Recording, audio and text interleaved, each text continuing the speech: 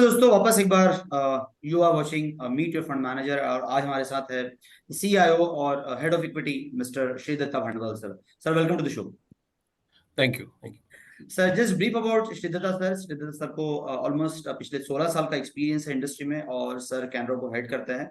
और आज हम डायरेक्टली सर से समझने की कोशिश करेंगे कि कैनरा का थॉट प्रोसेस क्या है, कैनरा रोबो कैसे काम करता है और क्या वो फंड्स है, क्या वो बाजार के बारे में वो क्या सोचते हैं। So coming directly to the question Shri Dutta sir, to start with triplet की स्ट्रेट क्वेश्चन, डॉलर गोल्ड और इन्फ्लेशन तीनों को लेके। गोल्ड पिछले ऑलमोस्ट 10 दिन में 7% के आसपास चढ़ चुका है, तो ये कैसे काम कर रहा है और आपको क्या लगता है कि कब तक ये नॉर्मलाइज होगा, मतलब इन्फ्लेशन भी, डॉलर का आउटलुक और गोल्ड। ओके। मैंने सो तीनों को एक जगह डाल दिया। सो गोल्ड पे हम लोग लास्ट में आएंगे जी क्योंकि गोल्ड थोड़ा इक्विटी से दूर पड़ता है। बराबर। Is it fine I use Hindi और you want Hindi will be English? Little better sir, सबको समझ में आ जाएगी। सो गोल्ड पे हम लोग थोड़ा बाद में आते हैं। पहले तो करेक्ट। इन्फ्लेशन से स्टार्ट करते हैं क्योंकि वो जड़ बना हुआ है लास्ट 2-3 साल से। जो भी डिस्कशंस हो रहे हैं उसमें इंटरेस्ट रेट और इन्फ्लेशन का डिस्कशन की है। बराबर। तो अगर उसको थोड़ा सा स्टेप बैक करके अगर सोचा जाए कि ये जी हुआ क्यों है, तो जी उसका एक बेसिक फंडामेंटल रीजन है कि पूरा तो 2008-9 से लेके बेसिकली 20 तक इन्फ्लेशन लाना चाह रहे थे लोग, आ नहीं रहा था। जी और उसका ये रीजन था कि आप सिर्फ मॉनेटरी पॉलिसी यूज कर रहे थे। बराबर। मॉनेटरी पॉलिसी यानी सेंट्रल बैंकर ने पैसा दे दिया बैंकिंग सिस्टम में। अभी बैंकिंग सिस्टम लेंड करता है कि नहीं, इट्स अ फंक्शन ऑफ उनका risk ability at that point in time. बराबर। वो हो नहीं रहा था कुछ, तो बराबर। वेलोसिटी नहीं बढ़ रहा था पैसे का। तो बराबर। वो पैसा एंड यूजर के हाथ में नहीं जा रहा था, तो एंड यूजर वो खर्चा नहीं कर रहा था, तो डिमांड नहीं बढ़ रहा था, तो ना इन्फ्लेशन आ पा रहा था उससे। कम फॉरवर्ड कोविड आया। कोविड में गवर्नमेंट ने बोला कि यार ये वंस इन 100 ईयर इवेंट है। अभी ये हाइंडसाइट बेनिफिट है, इसलिए हम लोग उनको ब्लेम भी कर सकते हैं थोड़ा, बट हम्म, उन्होंने डिस्प्रपोर्शनेट मॉनेटरी और फिस्कल दोनों सपोर्ट दे दिया। उनको लगा बराबर। भाई 100 साल में ये चीज हुई नहीं है, पूरा बंद हो जाएगा, बर्बाद हो जाएंगे बैंक्स, आपके बैंक्रप्सीज हो जाएंगे, बिजनेसेस में जॉब्स चले जाएंगे, तो बहुत बड़ा प्रॉब्लम होगा। तो disproportionate amount of money was thrown at the banking system, at interest rates were reduce. And सबसे इंपॉर्टेंट कि गवर्नमेंट ने बोला कि यार फिजिकल डेफिसिट का कुछ भी हो जाए एक आधे साल के लिए, 1-2 साल के लिए, हमें अपने बैलेंस शीट से पैसा डायरेक्टली लोगों को हैंडआउट्स इन सम फॉर्म और द अदर देना है, बिजनेसेस बराबर। को और हाउस होल्ड्स को। बराबर। अभी क्या है कि जो इंटेंसिटी है वो अलग अलग कंट्रीज में अलग अलग रहा है, बट डेवलप कंट्रीज में बहुत ज्यादा पैसा बांटा गया क्योंकि उनके पास एबिलिटी है प्रिंट करने का, जैसे यूएस में एबिलिटी है प्रिंट करने का। या उनका फिजिकल बढ़ भी गया तो उनपे उनका रेटिंग एजेंसीज उनको इतना परेशान नहीं करता है, उनका रेटिंग गिरता नहीं है, उनका इंटरेस्ट रेट बराबर। जनरली बढ़ता नहीं है। बराबर। वो बढ़ा है, आगे उसमें आएंगे हम लोग। बट जबकि जो इमर्जिंग मार्केट्स है उनके पास ऑफकोर्स उतना पैसा नहीं था, तो उन्होंने उतना नहीं बांटा। जैसे बराबर। इंडिया में अपन ने सिर्फ फूड दिया गरीब लोगों को, और एसएमई में आपने क्रेडिट एनहांसमेंट स्कीम दिया, बस उतना ही पैसा दिया। उसमें से भी क्रेडिट एनहांसमेंट में एनपीए नहीं हुए, तो वो पैसा गवर्नमेंट का सेफ रह गया। सो बराबर। आपने सिर्फ जो फूड बांटा इफेक्टिवली वही गवर्नमेंट का, और जो कोविड बेसिकली वैक्सीनेशन दिया उतना ही खर्चा हुआ। यही बहुत अलग लेवल के स्केल पे यूएस और यूरोप में हुआ, पर्टिकुलरली यूएस में, जहाँ पे बहुत बड़ा नंबर डायरेक्टली लोगों के हाथ में गया। अभी कोविड तो चला गया, लोगों के हाथ में पैसा भी आपने बहुत ज्यादा बांट दिया, और वो थोड़ा ज्यादा टाइम तक भी कंटिन्यू किया। 9 महीने में वैक्सीन भी आ गई, 9-10 महीने में ऑलमोस्ट। सो इसका रिपरकशन हुआ कि ये जो सोसाइटीज है ये सेविंग्स नहीं करती है इंडियन सोसाइटीज की तरह। जैसे इंडिया में आप कुछ भी ले लो, आप मैं भी ले लो, अगर गवर्नमेंट पैसा दे दे तो आप बोलेंगे ठीक है यार, बैंकिंग फिर सेव सेविंग करेंगे। अकाउंट में पड़े रहने देते हैं, अभी तो इक्विटी में डालते हैं, बट एक टिपिकल टेंडेंसी के 50% तो पहले सेव कर लेते हैं, बाद में सही देखेंगे। बात। सही बात। वो वहां पे टेंडेंसी नहीं है, they are not use to saving money. So जो भी पैसा है वो पहले, पूरा इकोनॉमी तो बेसिकली रेस्टोरेंट्स, ट्रैवल, ये जो बड़ा सर्विसेज बड़ा पार्ट है वो बंद था, तो उन लोगों ने मेजर पार्ट उन्होंने डाल दिया गुड्स खरीदने में। इलेक्ट्रॉनिक गैजेट्स खरीदो, व्हीकल हो गया, कंज्यूमर ड्यूरेबल हो गया, तो मर्चेंडाइज गुड जो है उसका डिमांड बहुत जोर से बढ़ गया। Now you are in a situation, आप ये सिचुएशन में थे कि सप्लाई चेन में प्रॉब्लम कंटिन्यू थे, यानी सप्लाई चेन ठीक नहीं हुआ था, चाइना या एशियन सप्लाई चेन या Latin American supply chain. But जो डिमांड कर रहे थे वो लोग बहुत ज्यादा लेवल पे डिमांड कर रहे थे, और ये जब डिमांड सप्लाई गैप क्रिएट होता है उसकी वजह से इन्फ्लेशन आता है।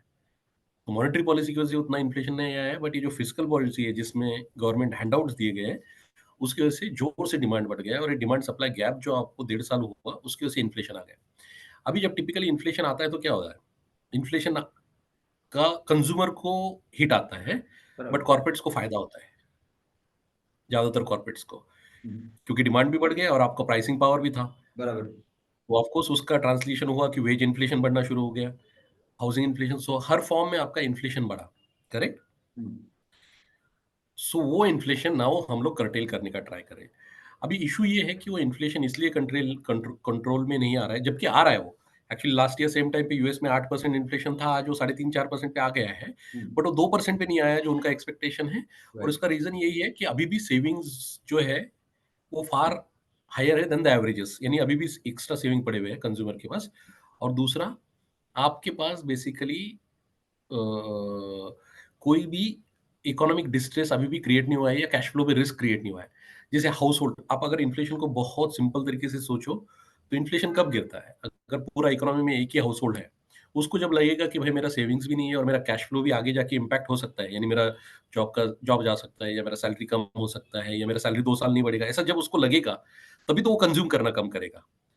और उसका लैग आपको दिखाई दे रहा है लॉजिकली। बराबर। तो ये इन्फ्लेशन कम होगा, रोलिंग बेसिस पे ये कम हो रहा है।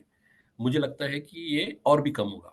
नाउ ये एक पार्ट हो गया कि बराबर। इन्फ्लेशन पे आपको क्या लगता है। बराबर। Having said that, interest rates कम नहीं हो रहे, और उसका रीजन ये है कि कोई भी जो बोरोवर होता है, ओके, जैसे इमर्जिंग मार्केट्स के साथ ज्यादा फिजिकल डेफिसिट आपने दिखा दिया, ज्यादा बोर फिजिकल डेफिसिट यानी बोरो आपने ज्यादा कर लिया इफेक्टिवली एज अ गवर्नमेंट, आप जब डेफिसिट दिखाते हो हम्म, तो आपको ज्यादा इंटरेस्ट रेट पे करना पड़ता है। वही अब टू सम डिग्री यूएस के साथ हो रहा है कि आपने फिजिकल डेफिसिट तो बढ़ा दिया, आपने इफेक्टिवली मार्केट से बोरो तो बहुत ज्यादा पैसा कर लिया, और आपका जब इन्फ्लेशन कंट्रोल नहीं हो रहा है और आप बोरो करते जा रहे हो, तो मार्केट इज सेइंग कि बस आपका इन्फ्लेशन कम हो रहा है अभी, और वो होगा भी eventually, but I will not give you benefit of doubt today, you have to pay me more right. As a government. बराबर। और वही सबके लिए हो रहा है। जब 10 ईयर जीसेक में होता है, वो बेसिक कॉस्ट ऑफ कैपिटल बन जाता है, इंटरेस्ट रेट बन जाता है सबके लिए। बराबर। और वो एक फिनोमेनन है जो इंटरेस्ट रेट्स में अभी भी दिख रहा है। क्या इंटरेस्ट रेट्स कम होंगे? मुझे लगता है ये कम होंगे, बट इन्फ्लेशन का जो बेसिकली वरी है, और inflation, higher inflation is very very dangerous in long term. तो सेंट्रल बैंकर्स इस बार चांस नहीं लेंगे, वो थोड़ा लंबा टाइम तक इंटरेस्ट रेट्स ऊपर रखेंगे। हम्म, और even creditors want that comfort कि इन्फ्लेशन परमानेंटली नीचे गया है, for interest rates to go down, which means the growth slow down has to happen. Hmm, तो इवेंचुअली उनको यूएस को काफी सारे मॉडरेशन में या रिसेशन में लेके जाना पड़ेगा for them to get the interest rates down. So ऐसा इंटरेस्ट रेट्स को देख रहे हैं। अभी कमिंग टू आपका थर्ड जो था, गोल्ड। गोल्ड एक्चुअली स्पाइक किया है क्योंकि typically gold is a inflation hedge. बराबर। एक्चुअली इन्फ्लेशन उतना ऊपर नहीं जा रहा है, बट आपका जो रिस्क अवर्जन पर्टिकुलरली बढ़ गया है बिकॉज ऑफ ये जो मिडल ईस्ट में नया शुरू हुआ है। सी, एक तो आपको इतना मैक्रो इकोनॉमिक कॉम्प्लेक्सिटी है ग्लोबली, इंडिया में उतना नहीं है थैंकफुली अभी इस इन्वायरमेंट में। और on top of that now you have sizeable geopolitical event. ये साइजेबल मैं इसलिए बोल रहा हूँ क्योंकि यहाँ पे क्या है ना कि यहाँ पे US was the first country to recognise Israel as a separate entity, okay, बराबर। within 7 or 8 minutes or 10 minutes of the formation of Israel. And Arabs don't believe in Israel. They feel that is their land, which means uh, you have a large bloc which is against Israel, and America has no choice but to back it, which means you are getting into probably one more larger conflict. Whether you get it escalates or not, that only time will tell, but you are getting into that. Now, ऐसे period में अगर मुझे dollar में पैसा नहीं देना है, तो क्योंकि डॉलर के अपने अपने चैलेंजेस हो रहे हैं इसकी वजह से कि डॉलर वाला जो प्रिंट कर रहा है वो सोच नहीं रहा है कि मैं कितना प्रिंट कर रहा हूँ, तो राइट। मार्केट बोल रहा है कि मुझे ज्यादा इंटरेस्ट रेट चाहिए। एक इंडिकेशन है कि ज्यादा इंटरेस्ट रेट चाहिए। दूसरा कंट्री से वो बोलेगा कि मुझे डॉलर चाहिए ही नहीं, मुझे, मैं उससे ज्यादा गोल्ड ले लेता हूँ, बिकॉज इवेंचुअली ये जो इसको फिएट करेंसी बोलते हैं, जो करेंसी है इसको फिएट करेंसी बोलते हैं। ये फिएट करेंसी मेरे पर्सनल व्यू में, and I am not economist, but मेरे पर्सनल व्यू में वो अल्टीमेटली सिर्फ एक ही चीज के अगेंस्ट डिप्रिशिएट हो सकते हैं, और वो गोल्ड है, जिसका बराबर। इंट्रिंसिक वैल्यू कम नहीं होता है, ओके। बराबर। बढ़ता की स्पेस पे अलग बात है, बट कम नहीं होता है। बाकी सब चीजों का इंट्रिंसिक वैल्यू बहुत चेंज होता है कमोडिटी में। तो अगर वैसा है, तो eventually even dollar has to depreciate against the gold, and that's why you are seeing this intermittent kind of rallies, marginal rallies or depending on geopolitical event rallies. But my larger take is कि अगर ये बहुत लंबा period तक होता रहा तो ये जो डेवलप मार्केट का करेंसीज है they will have to depreciate against gold and gold is denominated in dollar so it will have to appreciate and that's why you are seeing gold prices going up. So ये पूरा ऐसा basically thought process है around these things. So great. आपने बहुत simple तरीके से बताया था. Seriously I have done lot many interviews, but इतना सिंपलिस्टिक वे में इन तीनों चीजों को कनेक्ट करके किसी ने नहीं मुझे बताया. तो certainly the viewers will going to get the lot of benefits out of this entire analogy of you can say dollar inflation and gold. Sir मेरा Thank you. सेकंड क्वेश्चन है कि बाजार एक्चुअली नीचे आने का तो नाम नहीं ले रहा है. बहुत सारे इवेंट्स हो रहे हैं लेकिन कुछ हो नहीं रहा है. तो is it the liquidity is really good? So liquidity के ऊपर आपका एक छोटा सा टेक दीजिए कि what do you feel about the liquidity global and तो अभी डोमेस्टिक? ग्लोबल लिक्विडिटी टाइटन होना शुरू हो गया है. अच्छा. और सभी इन्वेस्टर जो है एक बेसिक होता है, बेसिक इकोनॉमिक थीसिस है. Again I am not economics but her basic economics का जो बेसिक फंडा है कि हर आदमी अपना अपॉर्चुनिटी कॉस्ट देख के डिसीजन लेता है. बराबर. अगर मुझे 7% 7.5% इंडिया में रिस्क फ्री रेट मिल रहा है तो मैं कभी भी 5% रिटर्न के लिए इक्विटी नहीं या दूसरा कोई एसेट नहीं लूंगा या रियल एस्टेट नहीं लूंगा. ओके, तो पहला हर्डल होता है कि अपॉर्चुनिटी कॉस्ट क्या है मेरा, वो रिस्क फ्री रेट होता है क्योंकि गवर्नमेंट इज प्रॉमिसिंग यू कि मैं तो आपको 7.5% 7% इंडिया में दे दूंगा. यूएस में अभी 5% मिल रहा है. बराबर. वो यूएस और डेवलप मार्केट्स में वो 5-6% बहुत बड़ा नंबर होता है. बराबर. तो उन लोगों का जो इंसेंटिव है या अपॉर्चुनिटी कॉस्ट है वो इतना बढ़ गया है अभी to come to emerging market. यानी अपने यहाँ पे अर्निंग्स ग्रोथ इतना सुपीरियर होना चाहिए for them to come and that's where you are seeing कि FIs are generally going out. Liquidity is tightening because liquidity is being pulled out by Fed also. On top of that, interest rates are going up, which means for any private investor, आपका hurdle rate बहुत ऊपर हो गया है कि बस अगर मुझे यूएस में बैठा हूँ और या यूरोप में बैठा हूँ और मुझे इंडिया में जाना है तो मुझे पहले तो 7-8% तो मेरे को अभी वहाँ के AA- बॉन्ड में मिल रहा है, 6.5-7%. तो उसके ऊपर अगर मिलने वाला हो तो मैं जाऊंगा. तो इसी in that context given where our valuations are they are saying कि okay we can stay away and that is what you are seeing in last 2.5 months. Because there's nothing wrong with India, but I have an opportunity cost. Your valuation is not necessarily that attractive, so let me take a pause and see how it plays out. Okay. दूसरा ये भी होता है कि ये जब liquidity reversal या growth slow down होगा ग्लोबल, इसका कितना इम्प्लीकेशंस इवेंचुअली इंडिया पे होगा. आप आज का अर्निंग्स ग्रोथ देख के लोग एक्साइट हो रहे हैं, बट क्या हमारा भी अर्निंग्स ग्रोथ आगे जाके कम हो सकता है? ये वरी है. ये वरी डोमेस्टिक इन्वेस्टर जनरली बहुत ज्यादा नहीं बात करते, बट ग्लोबल इन्वेस्टर हमेशा इस चीज का बात करते हैं कि बस कोरिलेशन तो है. अल्दो हमारा एक्सपोर्ट छोटा है, हमारा कोरिलेशन रिलेटिवली कम है, बट कोरिलेशन तो है. वो एक हो गया. Now coming to domestic which is what you ask. Domestic में अभी तक थैंकफुली डीकपलिंग तो मैं नहीं बोल सकता हूँ, वो बहुत बड़ा वर्ड होता है कि डीकपलिंग हो जाएगा पूरा, बट हमारा अपना साइकिल चल रहा है. एक, हम लोगों ने कोई फिजिकल मॉनेटरी एक्सेसेस नहीं किए, ना हमारा इंटरेस्ट रेट 2% पे गया, ना हम लोगों ने 2, 5, 10 लाख करोड़ रुपए बांट दिया. करेक्ट. तो गवर्नमेंट ने भी फिजिकल एक्सेसेस नहीं किए हैं. हमारा फिजिकल डेफिसिट है 6.1, बट वो अलग रीजन के लिए है. ऐसा कुछ नहीं कि गवर्नमेंट ने बहुत ज्यादा पैसा लोगों को हैंड आउट दे दिया है, तो हमारा इन प्रॉब्लम नहीं. हमारा जो मेजर इकोनॉमिक साइकिल है वो राइट डायरेक्शन में चल रहा है क्योंकि अपने यहाँ पे अगर आपको याद होगा तो 2013-14 के बाद में सब बेसिकली बैंकिंग सिस्टम के प्रॉब्लम, रियल एस्टेट के प्रॉब्लम, कॉर्पोरेट्स के लोन के problem, sum all of them came to fore. And then 6-7 years आप सिर्फ एक ही काम कर रहे थे. आप किसी भी कॉर्पोरेट को मिलो, बैंक को मिलो, उस पीरियड में लोग कहते थे हम लोग को डिलीवरेज करना है बैलेंस शीट, यानी हमको डेट कम करना है. कॉर्पोरेट डेट कम कर रहा है, कॉस्ट काट रहा है, यानी एम्प्लॉयमेंट क्रिएट नहीं होगा. बैंक बोल रहा है मुझे एनपीए कम करना है, मुझे लोन में कोई इंटरेस्ट नहीं, मुझे पहले अपना बैलेंस शीट ठीक करना है, यानी मैं एनपीए कम कर रहा हूँ. तो आप ऐसे फेज में थे 2014 से लेके 20 तक कि आप आपका बैलेंस शीट कॉम्प्रेस कर रहे थे. और जब बैलेंस शीट कॉम्प्रेस होता है तो आपकी इकोनॉमी में एक्टिविटी कम होता है, बढ़ता नहीं है. इसलिए आप घर का सोच लीजिए कि आपका अगर कॉन्फिडेंस ज्यादा है, आपका एक्सपेंडिचर ज्यादा बढ़ जाएगा, तो it is like expanding the earnings. अगर एक ही कंपनी का सब प्रोडक्ट आप खरीद रहे होते हैं अज्यूमिंग, तो आप वो कंपनी का अर्निंग्स एक्सपांड होता. और जब आपको लगता है कि मेरा कैश फ्लो ठीक नहीं रहेगा, मेरा जॉब चला गया है, मेरा लोन बहुत ज्यादा है, चलो जॉब पे नहीं जाते, लोन बहुत ज्यादा है, अगर मैं वो लोन कम कर रहा हूँ तो उस वक्त मेरा एक्सपेंडिचर कम हो जाएगा, तो कंपनी का अर्निंग्स भी कम होगा. तो इकोनॉमी को उसी की तरीके से सोचिए, सिंपल तरीके से कि वो फेज में हम लोग पूरा टाइम थे. वो फेज हमारा थैंकफुली निकल गया है. और कोविड में क्या हो गया कि काफी सारे जो एक्सटर्नली फोकस सेक्टर थे, जैसे कमोडिटीज था, आईटी था, केमिकल था, उनको भी काफी बेनिफिट मिला. गवर्नमेंट ने इंफ्रास्ट्रक्चर प्रोजेक्ट्स फास्ट एग्जीक्यूट किए, तो जो इंफ्रास्ट्रक्चर वाले लोग स्ट्रगल कर रहे थे वो भी ठीक हो गए। रियल एस्टेट वालों को फाइनली पुश मिला कि डिस्काउंट देके जो भी करके लिक्विडेट करना है इन्वेंट्री, उन्होंने इन्वेंट्री, तो उनका बैलेंस शीट क्लीन हो गया या ठीक हो गया। मार्केट ठीक हो गया तो काफी सारे लोगों ने कैपिटल रेज कर लिया, तो कैपिटल का प्रॉब्लम सॉल्व हो गया। तो ऑल इन ऑल आपका बिजनेस साइकिल राइट डायरेक्शन में है इंडिया में, जो बहुत अलग है बाहर जो हो रहा है उससे, कि आपका कॉर्पोरेट बैलेंस शीट से एक्सपांड होगा, अभी कैपेक्स होगा धीरे धीरे करके, गवर्नमेंट इंफ्रास्ट्रक्चर कैपेक्स कर रहा है, banks are more excited about lending क्योंकि उनके बैलेंस शीट में कोई एनपीए नहीं बचा है अभी। Household are gradually spending. India में हाउस होल्ड रेजिलियंट ही रहता है, वो सिर्फ पैटर्न चेंज होता रहता है। कभी स्टेपल्स में ग्रोथ था, अभी डिस्क्रिशनरी में ग्रोथ है, कभी एसयू में ग्रोथ है, कभी बेसिकली अल्टो में ग्रोथ था। तो पैटर्न चेंज हो रहे हैं, बट आपका एक बेसिक 8-10% का कंज्यूमर रेजिलियंस है, क्योंकि जस्ट पॉपुलेशन शेयर, पॉपुलेशन जो इतना है अपना, तो पैटर्न चेंज होगी कि कहाँ पे स्पेंडिंग हो रहा है, बट कंजम्पशन में रेजिलियंट है।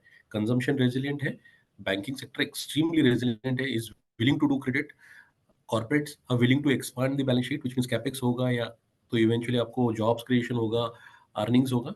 और लास्ट है आपका बेसिकली जो इफेक्टिवली आपका एक्सपोर्ट्स है, वो एक है जो वीक है मेरे हिसाब से, और वो वीक रहेगा अगला 2 साल के लिए। तो तो आप जब लोकल में देखते हो तो आपको ऐसा पिक्चर दिखता है कि हम लोग अपने एक अलग बिजनेस साइकिल में हैं, उस पर इम्पैक्ट होगा इवेंचुअली, बाहर की चीज़ों का, लिक्विडिटी टाइटनिंग का इम्पैक्ट होगा, इंटरेस्ट रेट इन्वायरमेंट का इम्पैक्ट होगा, बट जनरली हमारा ये बिलीफ है कि हम लोग एक बिजनेस साइकिल में हैं, हम लोग एक अर्निंग्स ग्रोथ साइकिल में हैं, हम लोग एक क्रेडिट ग्रोथ साइकिल में हैं। तो ये पॉजेस होंगे या कंसोलिडेशंस होंगे, बट हम लोग एक साइकिल में है डायरेक्शनली। हम लोग नीचे नहीं जाने वाले हैं, ऐसा मेरा मानना है। हम लोग ऊपर ही जाने वाले हैं, बट किस पेस पे जाएंगे वो, ये इलेक्शन हो गया, आपका ये वॉर हो गया, या आपका एक ग्लोबल इंटरेस्ट रेट इन्वायरमेंट होगा, इट विल डिटरमाइन कि what will be the pace. Okay, having said this, in near term, आपने जो लास्ट बेसिकली क्रक्स पूछा था कि क्या आपको लग रहा है क्या कि किसी पार्ट ऑफ मार्केट में लिक्विडिटी बहुत ज्यादा है, हमें क्लियरली लग रहा है कि जिसका व्यू 3-5 साल नहीं है उसको मिड कैप स्मॉल कैप में नहीं जाना चाहिए, या मिड कैप स्मॉल कैप में जो जा रहा है उसको एसआईपी के थ्रू जाना चाहिए। See there is a lot of wealth creation that happens in that space, but जिस पेस पे लोग अभी पैसा उस कैटेगरी में, पर्टिकुलर कैटेगरी में पैसा डाल रहे हैं, उस कैटेगरी का कैपेबिलिटी उस पेस पे पैसा लेने का नहीं है, तो उसकी वजह से वो लिक्विडिटी का इम्पैक्ट आपको वैल्यूएशन पैरामीटर्स में उस कैटेगरी में दिख रहा है। अर्निंग्स अच्छा है, बट आप अपफ्रंटिंग कितना कर रहे हो वैल्यूएशन का, वहां पे थोड़ा एक वरी है, जो कि मुझे large cap, flexi cap, large plus mid उन कैटेगरीज में नहीं देख रहा है, क्योंकि वहां पे एफआई सेल कर रहे हैं कंटिन्यूअसली। तो वो एक पार्ट ऑफ मार्केट है थोड़ा वहां पे, जहाँ पे नियर टर्म के हिसाब से 6-8 महीना 1 साल के हिसाब से, जब तक रोल ओवर अगेन नहीं होता है 24 तक, 26 पे, वहां पे मुझे लग रहा है कि थोड़ा लोग ज्यादा एक्साइट हो रहे हैं, और वो technical impact of liquidity is visible there in terms of how market is behaving. मेरा मानना है कि वो भी फेड होगा। जब लोग एक साइड चले जाते हैं तो दूसरा पार्ट ऑफ मार्केट हमेशा अच्छा करता है। वो एक पेंडुलम जैसा एक बिहेवियर रहता है, तो वहाँ थोड़ा सा मार्जिन ऑफ सेफ्टी का नियर टर्म में प्रॉब्लम लग रहा है। वेल्थ क्रिएशन होगा ब्रॉडर मार्केट में इंडिया में, हाँ होगा, बट उसके लिए आप अभी 3-5 साल का व्यू लीजिए, आप एसआईपी कीजिए, ऐसा हमारा एक मानना रहेगा जब हम लोग मार्केट को देख रहे हैं, आइडियाज को देख रहे हैं, इंडिविजुअल सेक्टर्स को देख रहे हैं, कंपनीज को देख रहे हैं। सर आपका आउटलुक तीन आपके सबसे इम्पोर्टेंट फंड्स पे, और क्या उनकी फिलोसफीज है, मतलब डायरेक्टली आप अगर आपसे लोग सुनना चाहे तो how you can place your 3 funds. So जैसे मैंने बोला कि कॉन्टेक्चुअल पर्सपेक्टिव से, वैसे तो हम लोग सभी फंड्स को एक ही राइट। नज़रिए से देखते हैं, क्योंकि क्या है हमारा काम, क्या है हमारा काम है कि जो भी फंड में हमें पैसा मिले उस कैटेगरी के हिसाब से हम लोग रिस्क एडजस्टेड रिटर्न अच्छा ओवर पीरियड ऑफ टाइम कैसे जनरेट करके थे। बराबर। और हमारा हमेशा 3-5 ईयर 10 ईयर पे ही व्यू रहता है, 5 ईयर 7 ईयर पे व्यू रहता है। 3 साल के पहले हम लोग बहुत ज़्यादा सोचते भी नहीं है, हमारा एक कोर थॉट प्रोसेस है, क्योंकि वो जैसे ही आप सोच बहुत छोटा कर देते हो टाइम फ्रेम में, आपका वो डिसीजन मेकिंग हिलना शुरू हो जाता है कि कैसे आप डिसीजन लेते हो।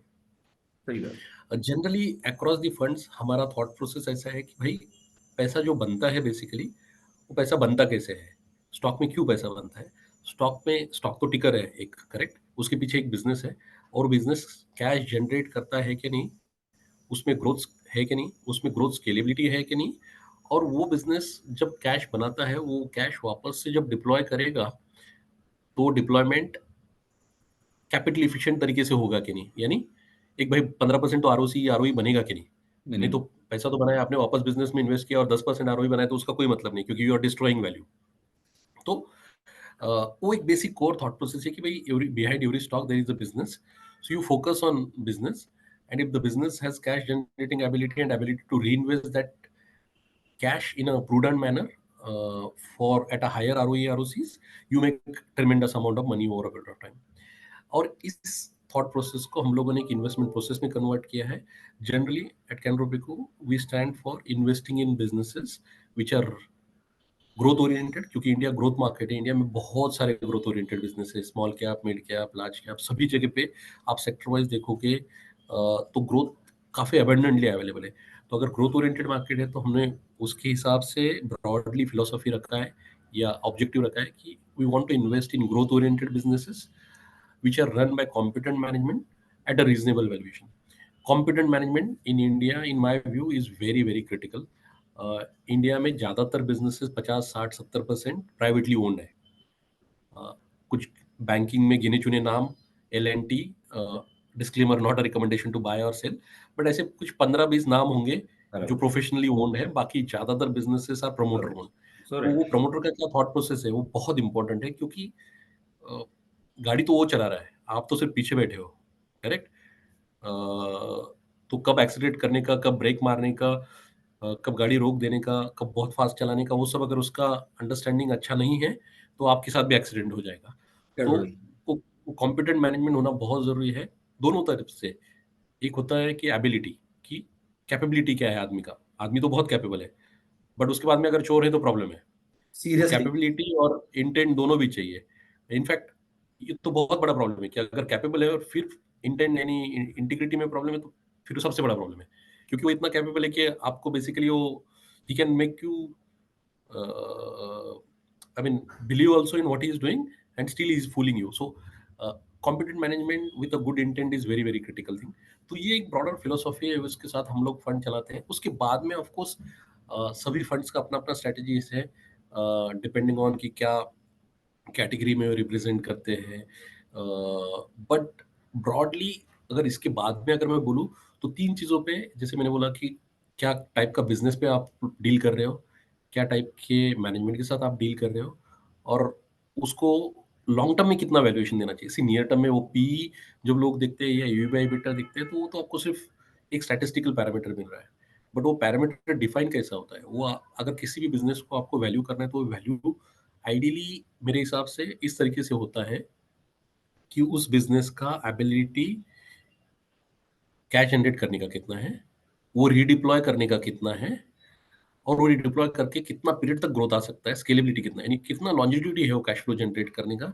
दैट डिफाइंस आपको कितना वैल्यूएशन पी मल्टीपल मिलता है। ऐसा नहीं कि अगला 2 साल का अर्निंग्स पे ही आप सिर्फ पी ले लो और वो हो गया, तो वो भी बहुत क्रिटिकल है। बट ये तीन पैरामीटर ब्रॉडली हम लोग देखते हैं। और उसके बाद में जब पोर्टफोलियो कंस्ट्रक्शन होता है, तो portfolio construction predominantly happens based on कि आपको किस स्पेस में, किस सेक्टर में, किस कंपनी में, पर्टिकुलरली कंपनी लेवल पे, बॉटम बेसिस पे किस कंपनी में। एक बार आपने ये तीन पैरामीटर जैसे मैंने बोले वो डिफाइन कर लिए, दो पैरामीटर पर्टिकुलरली कि क्या टाइप का बिजनेस, क्या टाइप का मैनेजमेंट, क्या टाइप का बैलेंस शीट के साथ आप डील कर रहे हो। इसके बाद में अर्निंग्स उस सेक्टर का, कंपनी का किस तरफ जा रहा है, या कैश फ्लोज और नेक्स्ट 2-3 ईयर्स किस तरफ जा रहे हैं, वो that becomes the most important parameter for decision making. Along with that, capital efficiency also. जैसे कुछ ज्यादातर बिजनेसेस, आपने अगर एक्सेप्टेबल बिजनेस, एक्सेप्टेबल मैनेजमेंट ले लिया, तो आपको सिर्फ ये आइडेंटिफाई करना है कि भाई ये 100 बिजनेसेस है या 5-10 सेक्टर है, यहाँ से अगले 3 साल 4 साल के लिए कहाँ पे अर्निंग्स ग्रोथ ट्रेंडिंग अपवर्ड जाने वाला है, क्योंकि सब सेक्टर साइकिल साइकिल से जाते हैं। बट आपको तो वहां पे जाना है जहाँ पे एक्चुअली अप ट्रेंडिंग है अर्निंग्स, या आपको अवॉइड करना है जो डाउन ट्रेंडिंग है। और एट द सेम टाइम आपको दूसरा भी हो सकता है कि कहाँ पे कैपिटल इफिशिएंसी इंप्रूव हो रहा है। काफी सारे सेक्टर में कैसे होता है कि एक कॉम्पिटिटिव इंटेंसिटी आता है, फिर आधे लोग बर्बाद हो जाते हैं, फिर 2-4 लोग बचते हैं, और उसके बाद में आपका कैपिटल इफिशिएंसी इंप्रूव होता है। जैसे आप अगर होटल्स देखो, हॉस्पिटल्स देखो, आप टेलीकॉम देखो। आप telecom is a classic case India में। क्लासिक। 20 साल में किसी ने पैसा नहीं बनाया, और लास्ट 4 साल में, 3 साल में आपका ट्रिपल क्वाड्रपल हो गया है, करेक्ट। तो आपका एक बार कॉम्पिटिटिव इंटेंसिटी खत्म हो गया, उसके बाद में आपका आरओसी सब्सटेंशियली इंप्रूव होता है। तो उस फेज में भी आपको, उस फेज में अगर उस बिजनेस में अर्निंग्स भी बहुत ज्यादा नहीं तो भी चलेगा, वो capital efficiency itself will ensure कि उस बिजनेस से रीरेट हो। तो ये चीज़ें प्रिडोमिनेटली देखते हैं हम लोग जब हम लोग इंडिविजुअल पोर्टफोलियोज में कंपनीज में इन्वेस्ट करते हैं।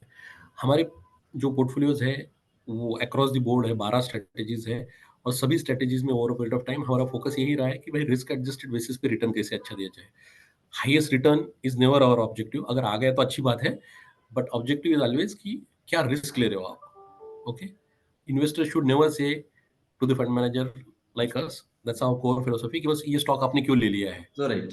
ये तो प्रमोटर अच्छे नहीं है, ये तो बिजनेस अच्छा नहीं है, इन्होंने तो ये चोरी किया था, ये बिजनेस तो पहले, ये तो बहुत डीप सिक्लिकल है। तो रिस्क पे काफी ज्यादा फोकस है, क्योंकि अगर आप रिस्क पे फोकस रखोगे तो आपका थ्रू साइकिल रिवॉर्ड अपने आप आ जाता है, क्योंकि आप पॉजिटिव तो कर ही रहे हो, आप निगेटिव अवॉइड करने का ट्राई कर रहे हो जब आप रिस्क मैनेजमेंट कर रहे हो। तो ये सब हम लोग देखते हैं, और अक्रॉस द बोर्ड हम लोग का ऑब्जेक्टिव रहता है कि पोर्टफोलियोज में basically generally risk adjusted basis पे 3, 5, 10 ईयर रोलिंग रिटर्न्स, बेस्ट नहीं रहे तो चलेगा, बट रिस्क फ्री रहे almost, the kind of businesses that you are owning, that is a predominant focus हमारे पोर्टफोलियोज। अगर आप देखोगे तो अलग अलग, और ये क्वेश्चन काफी बार आता है और काफी लोग हाँ पूछते हाँ, हैं कि फोकस वेरी कहाँ जनरिक पे है। क्वेश्चन। हाँ, जेनरिक क्वेश्चन, तो मैं तो यही बोलूंगा कि फोकस तो सभी पोर्टफोलियोज पे है। इन्वेस्टर का फोकस कहाँ पे है, इन्वेस्टर का एपेटाइट क्या है, वो बहुत इंपॉर्टेंट है। अगर if you are a investor, forget about age, okay, एक 60 साल का आदमी भी उसके कैश फ्लो के हिसाब से बहुत रिस्क टेकर हो सकता है, और एक 25 साल का आदमी भी बहुत रिस्क अवर्स हो सकता है, depending on his liabilities and cash flows. But अगर इन्वेस्टर का रिस्क एपेटाइट नहीं है, सपोज वो वोलेटिलिटी नहीं ले सकता है, या उसके पास होराइजन नहीं है, तो उसको स्मॉल कैप या मिड कैप में कम अलोकेशन रखना चाहिए। बराबर। अगर आपको कम रिटर्न, हम थोड़ा सा 2% कम रिटर्न के साथ चलेंगे सीएजीआर थ्रू साइकिल 5-10 साल, बट आपको कम वोलेटिलिटी चाहिए, कम आपको डाउनसाइड चाहिए, आपको गायरेशंस नहीं चाहिए कि भाई 30-20% आपका पोर्टफोलियो, 10% आपका पोर्टफोलियो गिर गया। अभी लोगों को लग नहीं रहा है कि गिर सकता है, बट ये आपने देखा सीरियसली, होगा, आप बड़े टाइम से सीरियसली, मार्केट में है, सीरियसली। करेक्ट। तो अगर आपको वो नहीं चाहिए, तो आप basically large cap, flexi cap, hybrid, aggressive hybrid यानी बैलेंस फंड, इस टाइप का कंज्यूमर फंड, इस टाइप के प्रोडक्ट्स है हमारे पास उसके लिए। अगर इन्वेस्टर का एक्सपीरियंस है ऑलरेडी, और उसको नहीं, मुझे तो थोड़ा रिटर्न ज़्यादा ही चाहिए, I am willing to take volatility, my personality allows me to take volatility, I'm not going to get, I have the stomach to take volatility, then for by all means you should go into basically multi cap, mid cap, small cap, focus, these are the categories. But currently, as I said, our recommendation would be when you go to particularly small cap and mid cap, you go in a staggered manner.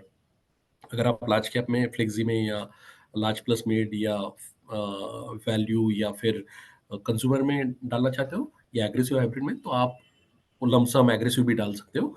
But इस तरफ जाना है तो आप basically staggered तरीके से जाइए, और प्लीज आप 3 से 5 साल व्यू रखिए इस साल, क्योंकि थोड़ा सा फ्रंटिंग ऑफ रिटर्न हुआ है। जस्ट CYTD, आपका मिड कैप स्मॉल कैप में 30-32% रिटर्न है, वही लार्ज कैप में 10% शायद रिटर्न है।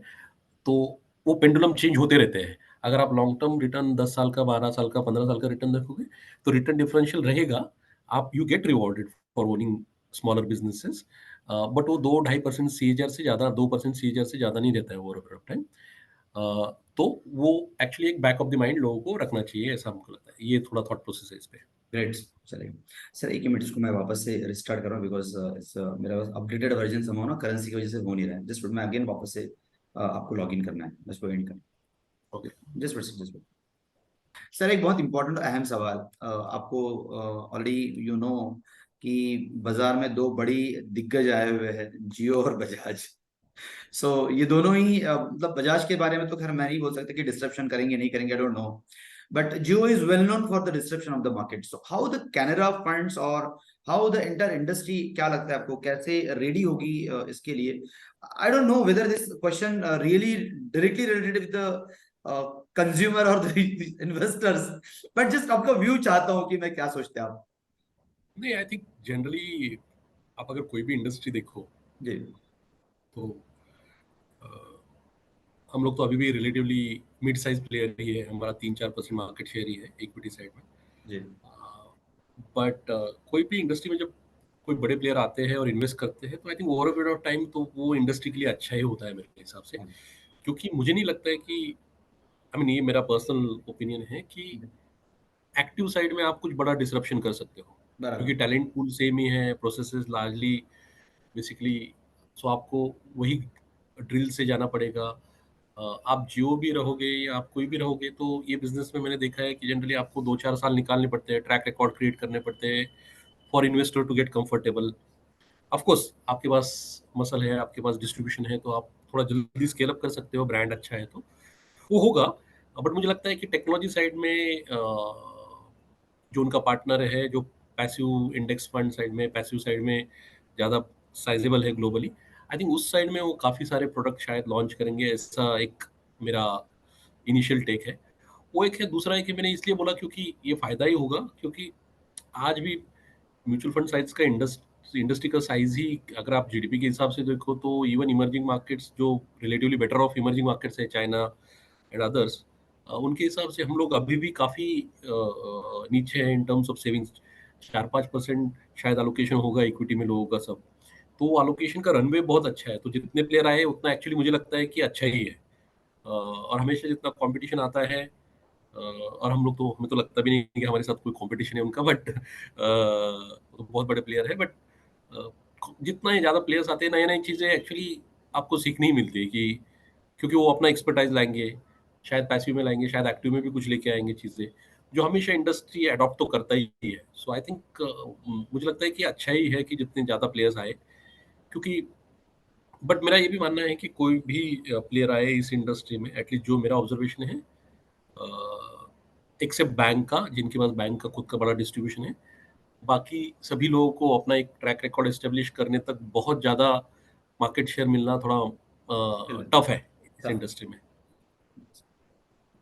तो thank you very much sir, ये आपने आज बहुत ही सिंपलिस्टिक वे में डॉलर को, इन्फ्लेशन को और गोल्ड को कनेक्ट किया, अपनी इक्विटीज के बारे में बताया, अपने फॉरेन का एफआई फ्लो और डोमेस्टिक इन्फ्लोज के बारे में भी बात की। आपने बहुत अच्छे से इंक्लूडिंग कैनरा के फंड्स के बारे में बताया, और ये भी कहा कि स्मॉल कैप में थोड़ा सा दूर रखना चाहिए, फिर 5 साल का एटलीस्ट व्यू लेना चाहिए इनडायरेक्टली, बिकॉज वो एक बहुत बड़ा फ्लो है जो कि स्मॉल कैप में जा रहा है, विच इज लिटिल, मतलब lot of people are actually flocking towards that.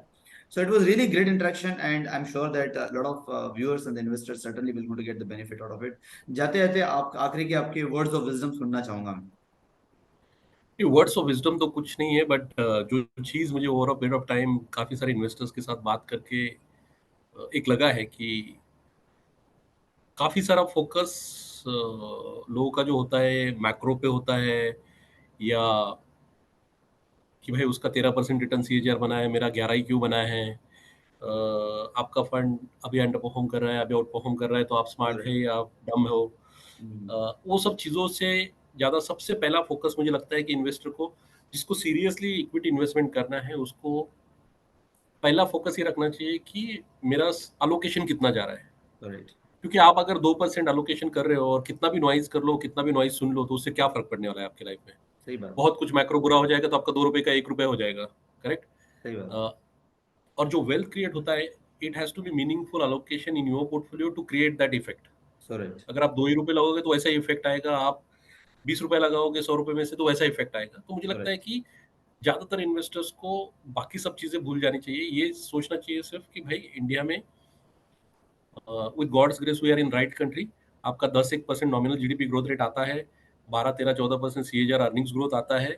आप एक प्रोफेशनल अच्छे फंड मैनेजर को इफेक्टिवली हायर कर रहे हो 1.5% पे, 1% पे, जो रात दिन काम करके आपको आप 10-12% रिटर्न बना के दे सकता है। तो मेरा अलोकेशन कैसे ज्यादा हो, रादर देन कीप थिंकिंग कि अरे वो यूएस में ये हो जाएगा, अभी तो वॉर हो गया है, Correct. इलेक्शन आए, उसका इम्पैक्ट होता है।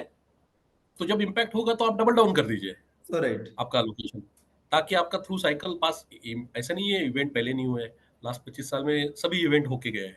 Correct. फिर भी आपका अगर कंपाउंडिंग 13-14% है, तो आप, it only tells me, I mean, out of all these things it's a very simple thing, but हम लोग अगर इन्वेस्टर का वेल्थ क्रिएट करना चाह रहे हैं, तो इन्वेस्टर को अपना अलोकेशन पहले over a period of time, and I am not saying कि एक दिन में, बट जो भी आपका प्लान है उसके हिसाब से over a period of time में एटलीस्ट आपका 10-20% अगर अलोकेशन रहा, तो ही उसका इम्पैक्ट आपको दिखेगा over a period of time. Correct. नहीं तो ठीक है, आई मीन एक एंटरटेनमेंट हो जाएगा, अदरवाइज आपको पैसा नहीं बनेगा। जिंदगी वैसे भी चल रही है। Exactly. So great. So it was really fun to have you on a channel, and I wish again I can मतलब you आप मुझे आपका टाइम मिल पाएगा, and thank you very much for thank you coming so on the much. channel. Sir. Thanks a lot. Thank you so much. Thanks a lot.